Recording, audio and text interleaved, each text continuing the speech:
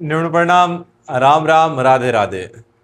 स्वागत है आप सभी का एक बार फिर से आपके अपने YouTube चैनल शब्दवाणी क्लासेस पर। अपनी चर्चा चल रही थी वो मुख्य रूप से जो एनसीईआरटी की किताब थी क्लास 8वीं की, उसके ऊपर अपन चर्चा कर रहे थे, जिसमें अपन ने अध्याय पहला, दूसरा, तीसरा और चौथा कंप्लीट कर लिया है। और यहां तक कि इन प्रश्नों के जो क्वेश्चन है, जो एमसीक्यू है, उनकी क्लास भी अपन ने अपलोड कर दी है।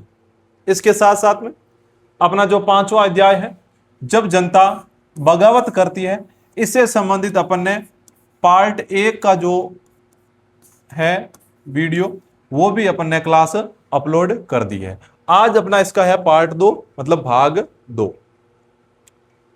कोई भी अगर नई चीज शुरू करें तो उससे पहले पुरानी का रिवीजन जरूरी है, क्योंकि नई चीज पढ़ी हुई तब तक फायदेमंद नहीं है जब तक पुरानी अपन को याद ही नहीं है। तो पहली चीज ये होनी चाहिए कि अपन को जो पुरानी चीजें हैं वो याद होनी चाहिए, तभी अपन जो नई चीजें पढ़ने वाले हैं उनके साथ में उनका संबंध स्थापित कर सकते हैं। तो अपन पढ़ रहे थे कि ऐसे क्या कारण हुए जिस कारण भारत की जनता को, सिपाहियों को, किसानों को, मुगल बादशाह को, नवाबों को और विभिन्न रियासतों के राजाओं को अंग्रेजों के विरोध में खड़ा होना पड़ा। आखिरकार क्यों जनता ने बगावत कर दी? ऐसे क्या कारण रहे जिनके कारण अंग्रेजों के अंडर में काम करने वाले जो सिपाही थे वो भी अंग्रेजों के विरोध में आ गए? इनके बारे में अपन पढ़ रहे थे, जिसमें अपन ने पढ़ा कि जो उनकी नीतियां थी अंग्रेजों की, वो विशेष तौर से लोगों को प्रभावित कर रही थी। सबसे जो मुख्य कारण था बगावत का वो थी अंग्रेजों की नीतियां, जिसमें अपन ने पढ़ा था किस प्रकार जो नवाब थे, जैसे कि जो अवध का नवाब था, उसकी सत्ता को छीन लिया गया।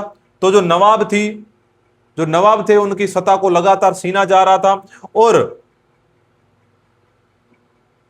किसानों से, जमींदारों से अंग्रेज थे वो भारी राजस्व वसूल कर रहे थे।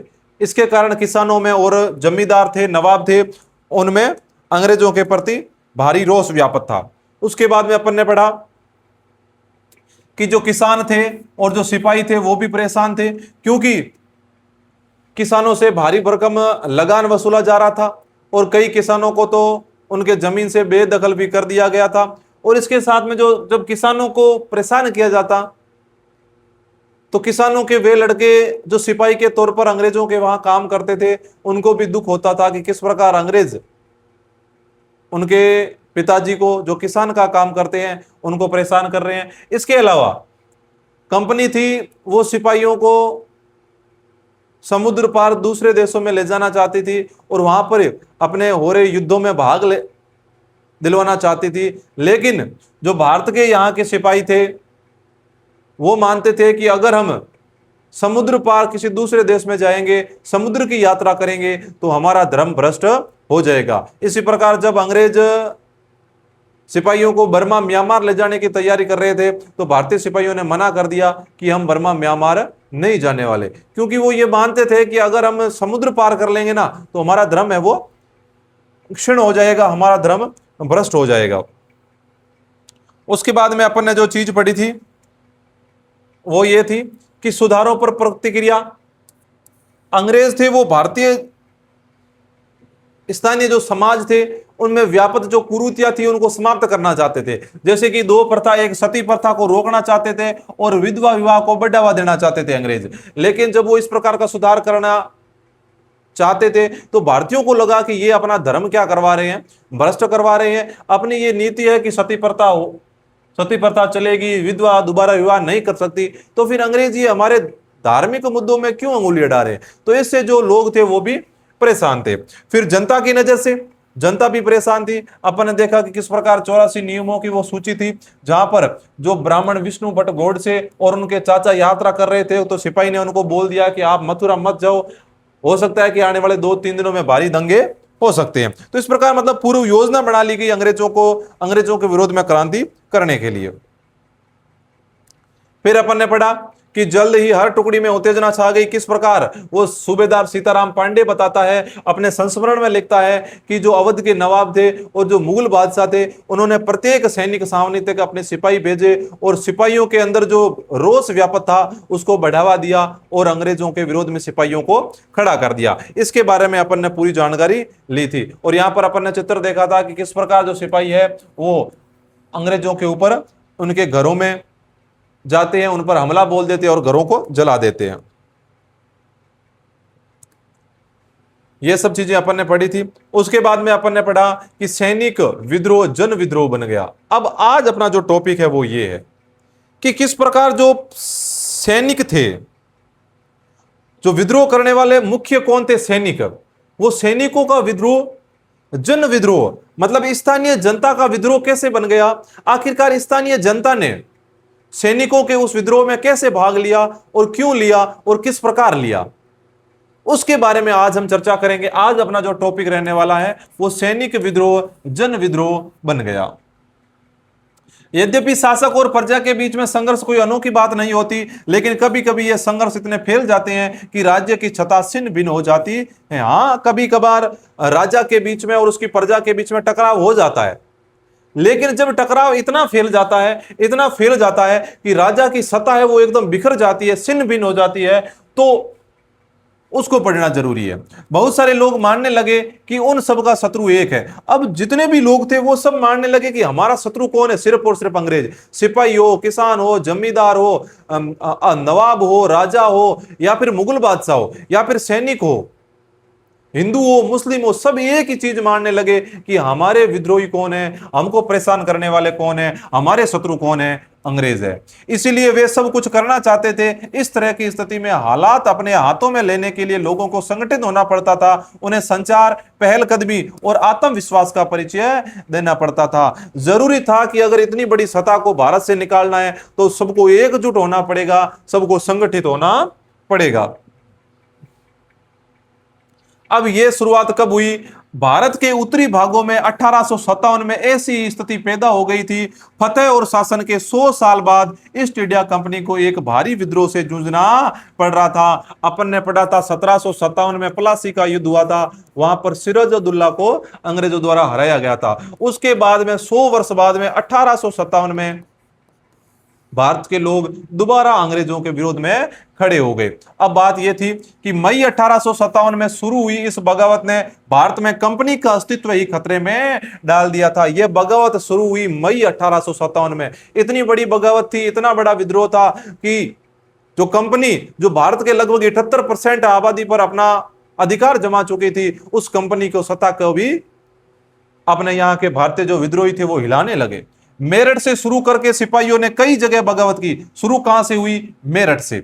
मेरठ से बगावत मतलब अंग्रेजों का विरोध शुरू कहां से हुआ? मेरठ से। समाज के विभिन्न तबकों के असंख्य लोग विद्रोही तेवरों के साथ उठ खड़े हुए। कुछ लोग मानते थे कि 19वीं सदी में उपनिवेशवाद के खिलाफ दुनिया भर में यह सबसे बड़ा सशस्त्र संघर्ष था। धीरे धीरे जो सिपाही थे उन्होंने बगावत की। सिपाहियों का साथ किसने दिया? स्थानीय जनता ने दिया। और कई तो लोग ऐसा मानते हैं कि 19वीं सदी में जो उपनिवेशवाद था उसके खिलाफ अगर सबसे बड़ा सशस्त्र विद्रोह था तो वो भारत में हुआ था 1857 में। सैनिक विद्रोह क्या होता है? सैनिक विद्रोह किसे कहेंगे? जब सैनिक विद्रोह करते हैं, विद्रोह मतलब किसे?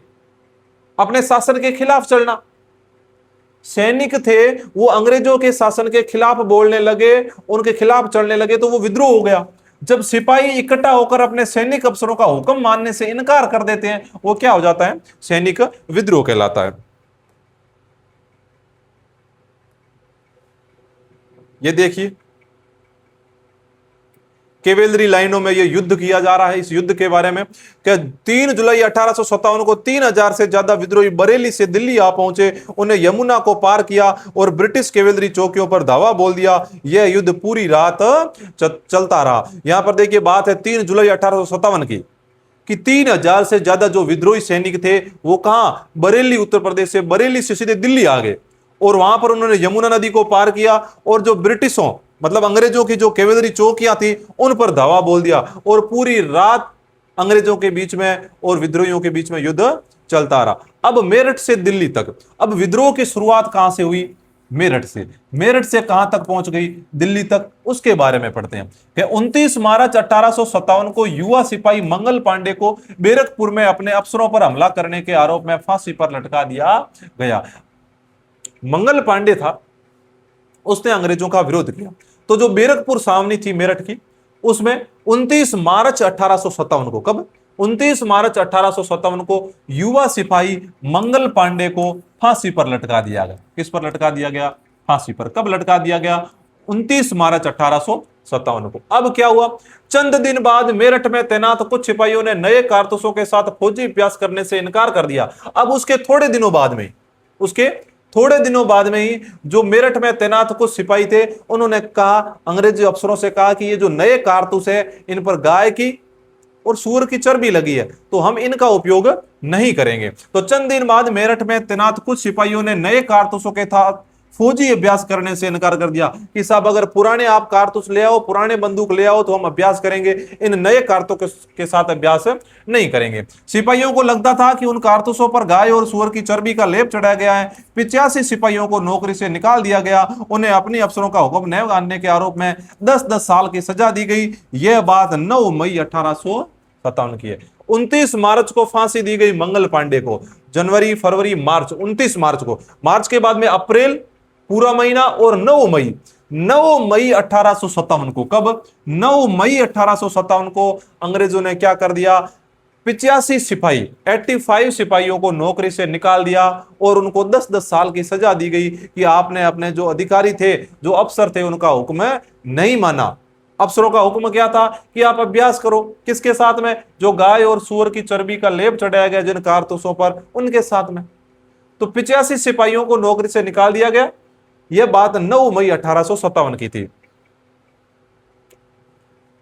मेरठ में तैनात दूसरे भारतीय सिपाहियों की प्रतिक्रिया बहुत जबरदस्त रही। 10 मई को सिपाहियों ने मेरठ की जेल पर धावा बोलकर वहां बंद सिपाहियों को आजाद करा लिया। अब 9 मई 1857 को तो उनको जेल में डाला गया, लेकिन जो मेरठ में तैनात दूसरे भारतीय सिपाही थे, उन्होंने कहा यार कि भारतीय भाई है, ये हमारे भाई है, अंग्रेज इनको जेल में डाल रहे हैं और हम अंग्रेजों की सहायता करेंगे। तो 9 मई के जस्ट दूसरे दिन 10 मई को सिपाहियों ने क्या किया? जो मेरठ सामने थी, मेरठ की जेल थी, उस पर धावा बोला और बंद जो सिपाही थे उनको आजाद करा लिया। कब? 10 मई को।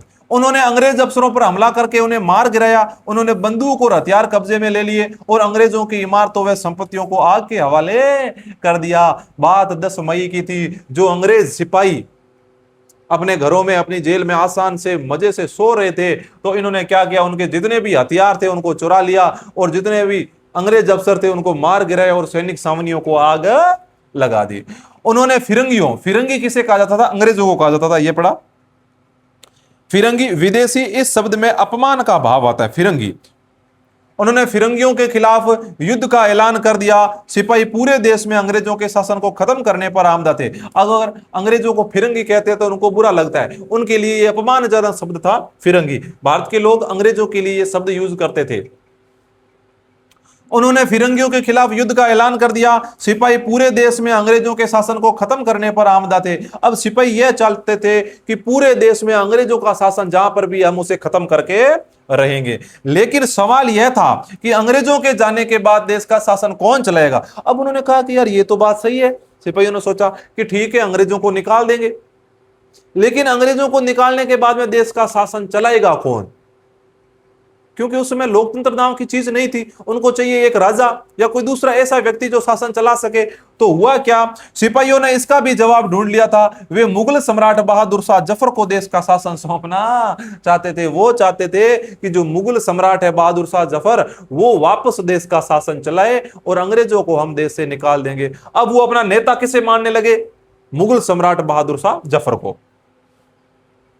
अब मेरठ के कुछ सिपाही की एक टोली 10 मई की रात को घोड़ों पर सवार होकर मुंह अंधेरे ही दिल्ली पहुंच गई। रातों रात मेरठ से निकलकर घोड़ों पर सवार होकर जो एक सिपाहियों की टोली थी वो कहां चली गई? 10 मई रात को दिल्ली पहुंच गई। जैसे ही उनके आने की खबर फैली, दिल्ली में तैनात टुकड़ियों ने भी बगावत कर दी। अब दिल्ली में जो अब अंग्रेजों के पास जितने भी सैनिक थे, ज्यादातर सैनिक भारतीय थे।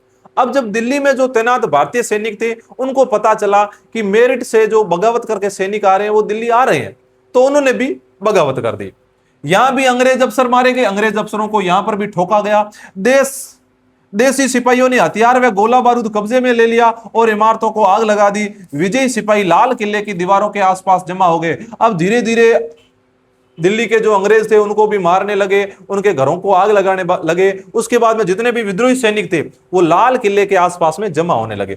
वे बादशाह से मिलना चाहते थे। बादशाह अंग्रेजों की भारी ताकत से दो दो हाथ करने को तैयार नहीं थे, लेकिन सिपाही भी अड़े रहे। आखिरकार वे जबरन महल में घुस गए और उन्होंने बहादुर शाह जफर को अपना नेता घोषित कर दिया। अब वो चले कहां गए? बहादुर शाह जफर से मिलना चाहते थे। बहादुर शाह जफर को कहते थे कि आप हमसे मिलो, हम आपको राजा घोषित करेंगे। लेकिन बहादुर शाह जफर के मन में अभी भी डर था। उन्होंने सोचा कि अगर यार कहीं मैंने इनका नेतृत्व कर दिया और अगर अंग्रेज भारत से नहीं गए तो अंग्रेज मेरे को दौड़ा दौड़ा के पीटेंगे, उसको डर था।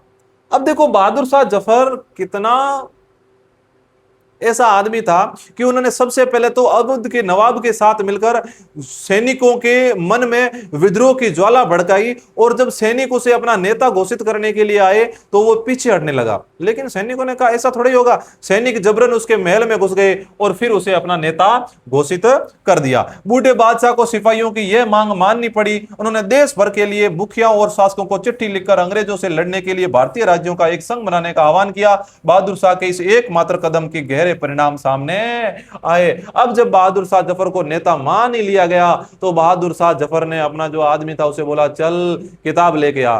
क्या लेके आना है? पेज नहीं, आज पूरी की पूरी किताब लेके आ, मुझे चिट्ठियां लिखनी है। तो उसने चिट्ठियां लिखनी शुरू की। भारत के जितने भी राज्य थे, जितने भी प्रांत थे, वहां के राजाओं को चिट्ठी लिखी और कहा कि अपन अंग्रेजों को दूर भगाएंगे और इसके लिए अपन को एक संघ बनाना पड़ेगा और उस संघ के नेतृत्व के तहत अपन अंग्रेजों को भारत से निकालने का प्रयास करेंगे। अब बहादुर शाह जफर का ये एक कदम, इसका इतिहास में कितने गहरे परिणाम हो सकते हैं, इसके बारे में चर्चा करेंगे।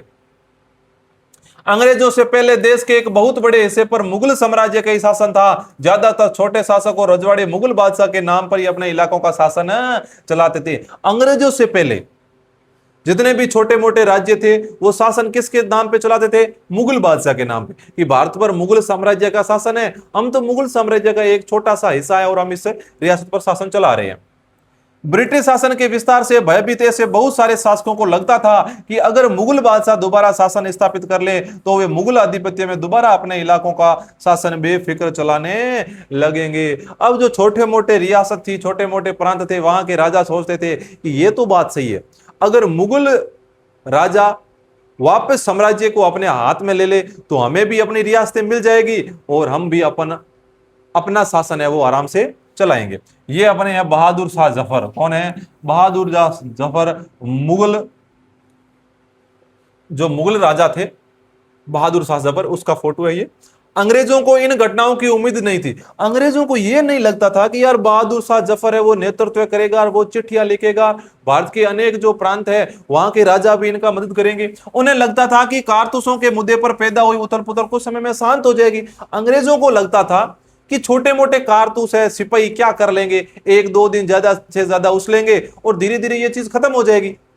लेकिन अंग्रेजों को क्या पता कि ये इतना विकराल रूप ले लेगी। लेकिन जब बहादुर शाह जफर ने बगावत को अपना समर्थन दे दिया तो स्थिति रातों रात बदल गई। अक्सर ऐसा होता है कि जब लोगों को कोई रास्ता दिखाई देने लगता है तो उनका उत्साह और साहस बढ़ जाता है। अब पहले तो सिपाही अंधे थे, अंधे इधर उधर भाग रहे थे और बहादुर शाह जफर के पास गए। लेकिन जब बहादुर शाह जफर ने उनका नेतृत्व किया तो उनको लगा कि यार वाह, कितने बड़े भारत के नेता है, वो भारत के कितने बड़े राजा मुगल बादशाह अपना नेतृत्व कर रहे हैं। तो उनको अपनी मंजिल दिखाई देने लगी कि एक ही मंजिल है, अंग्रेजों को भगाओ और बहादुर शाह जफर का शासन वापस लाओ। इससे उन्हें आगे बढ़ने की हिम्मत, उम्मीद और आत्मविश्वास मिलता है। अब है बगावत फैलने लगी। अब धीरे धीरे ये बगावत फैलने लगे। जब दिल्ली से अंग्रेजों के पैर उखड़ गए तो लगभग एक हफ्ते तक कहीं कोई विद्रोह नहीं हुआ। जाहिर है खबर फैलने में भी कुछ समय तो लगना ही था, लेकिन फिर तो विद्रोहियों का सिलसिला ही शुरू हो गया। अब जब दिल्ली से अंग्रेजों के पैर उखड़ गए उसके लगभग एक हफ्ते तक, मतलब लगभग 5-7 दिनों तक कहीं पर कोई विद्रोह नहीं हुआ। क्यों नहीं हुआ? क्योंकि वो बात पहले तो ऐसे नहीं था कि ऑनलाइन व्हाट्सएप के माध्यम से कि आज वहां पर फलाना विद्रोह हो गया, ऐसे तो कोई जानकारी मिलती नहीं थी। धीरे धीरे चिट्ठियों के माध्यम से या किसी अन्य माध्यम से 5-7 दिन 10 दिन तक जानकारी पहुंचती थी। इतने दिनों में जब दूसरी सावनियों को पता चला तो फिर तो विद्रोह का सिलसिला भी शुरू हो गया, अनेक स्थानों पर विद्रोह शुरू हो गए। एक के बाद एक हर रेजिमेंट में सिपाहियों ने विद्रोह कर दिया और वे दिल्ली, कानपुर व लखनऊ जैसे मुख्य बिंदुओं पर दूसरी टुकड़ियों का साथ देने को निकल पड़े। वो आसपास के छोटे मोटे जो टुकड़ियां थी वो अपने इलाकों से निकलकर कई दिल्ली चले गए, कई कानपुर चले गए, कई लखनऊ जाने लगे। उनकी देखा देखी कस्बों और गांवों के लोग भी बगावत के रास्ते पर चलने लगे। अब सिपाहियों ने जो विद्रोह शुरू किया, उनको जब भारत के किसानों ने, स्थानीय जनता ने देखा तो उन्हें लगा कि यार अंग्रेज तो हमारे साथ में भी बुरा कर रहे हैं, हमको भी प्रताड़ित कर रहे हैं, तो क्यों ना हम सैनिकों की सहायता करें। तो स्थानीय जनता ने भी सैनिकों की सहायता की। वे स्थानीय नेताओं, जमींदारों और मुखियाओं के पीछे संगठित हो गए। अब धीरे धीरे जो स्थानीय गांव के लोग थे उन्होंने अपना नेता चुना, या गांव का जो जमींदार था, मुखिया था, उसको आगे किया और उसके पीछे पीछे चलने लगे। ये लोग अपनी सत्ता स्थापित करने और अंग्रेजों से लोहा लेने को तैयार थे। स्वर्गीय पेशवा बाजीराव के दत्तक पुत्र नाना साहब कानपुर के पास रहते थे। अब एक उदाहरण देखें तो स्वर्गीय पेशवा थे बाजीराव, उनके दत्तक पुत्र थे नाना साहिब। ये नाना साहिब कहां रहते थे? ये कानपुर के पास रहते थे। उन्होंने सेना इकट्ठा की और ब्रिटिश सैनिकों को शहर से खदेड़ दिया। नाना साहिब ने कानपुर में अपनी सेना इकट्ठा की और कानपुर में जितने भी अंग्रेज थे उनको वहां से भगा दिया। उन्होंने खुद को पेशवा घोषित कर दिया। नाना साहिब ने कहा सब अब पेशवा कौन है? अब पेशवा हम हैं। खुद को पेशवा घोषित कर दिया। उन्होंने ऐलान किया कि वे बहादुर शाह जफर के तहत गवर्नर है। उन्होंने कहा कि मेरा सर्वोच्च नेता है बहादुर शाह जफर, और उनके गवर्नर जनरल, अंग्रेजों के शासन में गवर्नर जनरल होता था, उनके नीचे गवर्नर होता था बहादुर। ये नाना साहिब कहता है कि हमारा गवर्नर जनरल है बहादुर शाह जफर और उसके नीचे गवर्नर है हम। लखनऊ की गद्दी से हटा दिए गए नवाब वाजिद अली शाह के बेटे ब्रिजिश कद्र को नया नवाब घोषित कर दिया। अब लखनऊ की गद्दी से हटाया गया था नवाब वाजिद अली को, अब उनके बेटे ब्रिजिश कद्र को नया नवाब घोषित कर दिया। धीरे धीरे परिवर्तन होने लगा। वापस भारत के जो राजा जो अपना राज्य खो चुके थे उनको वापस अपना राज्य मिलने लगा। यहां पर अपन को जो चित्र दिखाई दे रहा है वो पेशवा नाना साहिब है।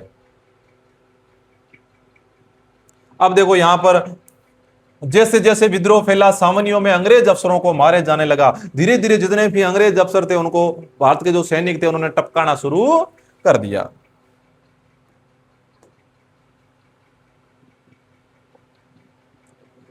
अब जो ब्रिजिश कद्र था, याद रखना ये लखनऊ के थे। कहां के थे? लखनऊ के थे। अब जो ब्रिजिश कद्र ने भी बहादुर शाह जफर को अपना बादशाह मान लिया। उन्होंने कहा कि हमारा बादशाह कौन? बहादुर शाह जफर। उनकी मां बेगम हजरत महल ने अंग्रेजों के खिलाफ विद्रोह को बढ़ावा देने में बढ़ चढ़कर हिस्सा लिया। उनकी मां थी बेगम हजरत महल, उन्होंने भी अंग्रेजों के खिलाफ जो विद्रोह था उसमें भाग लिया। झांसी में रानी लक्ष्मीबाई भी विद्रोहियों सिपाहियों के साथ जा मिली। अब रानी लक्ष्मीबाई का जो गोद लिया पुत्र था उसको वो राजा नहीं मान रहे थे अंग्रेज, तो रानी लक्ष्मीबाई भी विद्रोहियों के साथ हो गई कि मेरा कोई असली पुत्र नहीं है, लेकिन जो मेरा लिए गोद लिया पुत्र है उसको तो राजा मानो। अंग्रेजों ने नहीं माना तो उसने कहा कि मैं तो विद्रोह में शामिल होऊंगी। तो झांसी में रानी लक्ष्मीबाई भी विद्रोहियों के साथ जा मिली। उन्होंने नाना साहिब के सेनापति तात्या टोपे के साथ मिलकर अंग्रेजों को भारी चुनौती दी। नाना साहिब जो पेशवा थे उनका सेनापति था तात्या टोपे। याद रखना, तात्या टोपे के साथ कौन मिल गई? झांसी की रानी लक्ष्मीबाई, और उन्होंने अंग्रेजों को भारी लोहा मनवाया। मध्य प्रदेश के मांडल क्षेत्र में राजगढ़ की राजी अवंतीबाई लोधी ने 4000 सैनिकों की फौज तैयार की और अंग्रेजों के खिलाफ उसका नेतृत्व किया, क्योंकि ब्रिटिश शासन ने उनके साम्राज्य के प्रशासन पर नियंत्रण कर लिया था। अगर बात करें राजगढ़, मध्य प्रदेश का एक क्षेत्र पड़ता था मांडला, वहां के क्षेत्र में राजगढ़ की राजी थी अवंतीबाई लोधी। कौन थी? अवंतीबाई लोधी एक थी। उसने 4000 सैनिकों की फौज तैयार कर दी और वो भी अंग्रेजों के खिलाफ बोलने लगी। क्यों? क्योंकि ब्रिटिश शासन, अंग्रेजों ने क्या किया था? उसके राज्य के प्रशासन पर भी नियंत्रण कर लिया था। अब कौन कौन?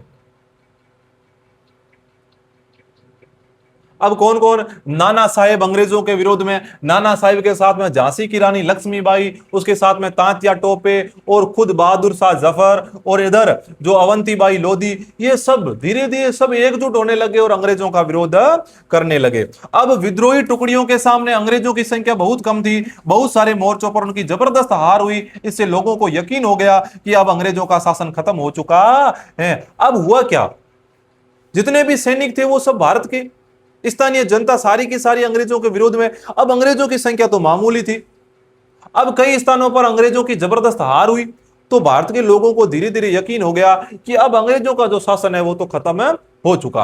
अब लोगों को विद्रोह में कूद पड़ने का गहरा आत्मविश्वास मिल गया। अब लोगों को डर मिट गया कि अगर माना कि अंग्रेज भारत से नहीं गए तो वो हमारी दुर्दशा करेंगे, ये डर मिट गया।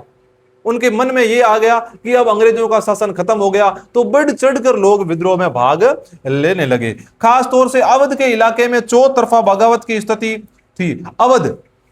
अवध के नवाब से जिसने अपनी रियासत छीन ली थी अंग्रेजों ने, वहां पर तो चारों तरफ बगावत की स्थिति थी, प्रत्येक नागरिक खड़ा था। 6 अगस्त 1857 को लेफ्टिनेंट कर्नल टाइटर ने अपने कमांडर इन चीफ को टेलीग्राम भेजा, जिसमें उसने अंग्रेजों के भय को व्यक्त किया था। हमारे लोग विरोधियों की संख्या और लगातार लड़ाई से थक गए हैं, एक एक गांव हमारे खिलाफ है, जमींदार भी हमारे खिलाफ खड़े हो रहे हैं। ये बात 6 अगस्त 1857 की है। 6 अगस्त 1857 को जो लेफ्टिनेंट कर्नल था टाइटलर, उसने अपने जो कमांडर इन चीफ था उसको टेलीग्राम भेजा और उसमें उसने व्यक्त किया कि हमारी संख्या है वो विरोधियों की संख्या से बहुत कम है और लगातार लड़ाई कर करके हम थक चुके हैं, प्रत्येक गांव गांव हमारे खिलाफ है, जमींदार भी हमारे खिलाफ खड़े हो रहे हैं। मतलब उसने अपनी स्थिति व्यक्त की कि किस प्रकार भारत के लोग विद्रोह करने लगे। ये अपनी रानी लक्ष्मीबाई है। इस दौरान बहुत सारे महत्वपूर्ण नेता सामने आए। उदाहरण के लिए फैजाबाद के मौलवी अहमदुल्ला शाह ने भविष्यवाणी कर दी थी कि अंग्रेजों का शासन जल्द ही खत्म हो जाएगा। फैजाबाद के मौलवी थे अहमदुल्ला शाह, उन्होंने घोषणा ही कर दी थी, उसने भविष्यवाणी कर दी थी कि अब अंग्रेजों का शासन समाप्त। वह समझ चुके थे कि जनता क्या चाहती है, इसी आधार पर उन्होंने अपने समर्थकों की एक विशाल संख्या जुटा ली थी। अब उसको पता था कि जनता चाहती है अंग्रेजों को बाहर निकालना, तो उसने जनता का नेतृत्व किया और अंग्रेजों के खिलाफ चल पड़े। अपने समर्थकों के साथ वे भी अंग्रेजों से लड़ने के लिए लखनऊ जा पहुंचे। दिल्ली में अंग्रेजों का सफाया करने के लिए बहुत सारे गाजी यानी कि धर्म योद्धा इकट्ठा हो गए। बरेली के सिपाही बख्त खान ने लड़ाकों की एक विशाल टुकड़ी तैयार कर ली। किसने?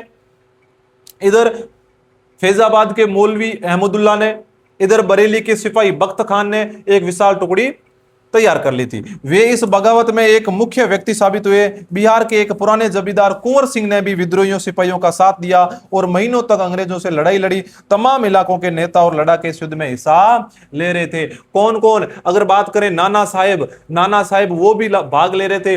नाना साहेब के जो सेनापति थे तांतिया टोपे, वो झांसी की रानी के साथ मिलकर अंग्रेजों का विद्रोह कर रहे थे। फिर अपन ने पढ़ा किसके बारे में? फिर अपन ने पढ़ा अवंतीबाई लोधी के बारे में, जो मध्य प्रदेश के मंडल क्षेत्र में राजगढ़ की राजी थी, उसने भी अंग्रेजों का विरोध किया। फिर अपन ने किसके बारे में पढ़ा? फिर अपन ने फैजाबाद के मौलवी थे अहमदुल्ला शाह, वो भी अंग्रेजों के विरोध में खड़े हो गए। फिर अपन ने किसके बारे में पढ़ा? फिर अपन ने पढ़ा बरेली के सिपाही बख्त खान थे, वो भी अंग्रेजों के विरोध में खड़े हो गए। फिर अपन ने पढ़ा बिहार के एक पुराने जमींदार कुंवर सिंह, वो भी विद्रोहियों के साथ में खड़े हो गए। मतलब धीरे धीरे सभी भारत के लोग संगठित होने लगे और अपना एक नेता चुनने लगे। यहां पर ये दिखाई दे रहे हैं, ये वीर कुंवर सिंह है। ये कौन है? ये वीर कुंवर सिंह है, बिहार के। ब्रिटिश टुकड़ियां विद्रोहियों पर हमला करती हैं, जिन्होंने दिल्ली के लाल किले तथा सलीमगढ़ किले पर कब्जा किया हुआ है। अब जो ब्रिटिश टुकड़ियां हैं वो क्या कर रही है? हमला कर रही है। किस पर? वे विद्रोही जो दिल्ली के लाल किले के आसपास थे, उन पर धीरे धीरे ब्रिटिश टुकड़ियां क्या करने लगती है? हमला करने लगती है।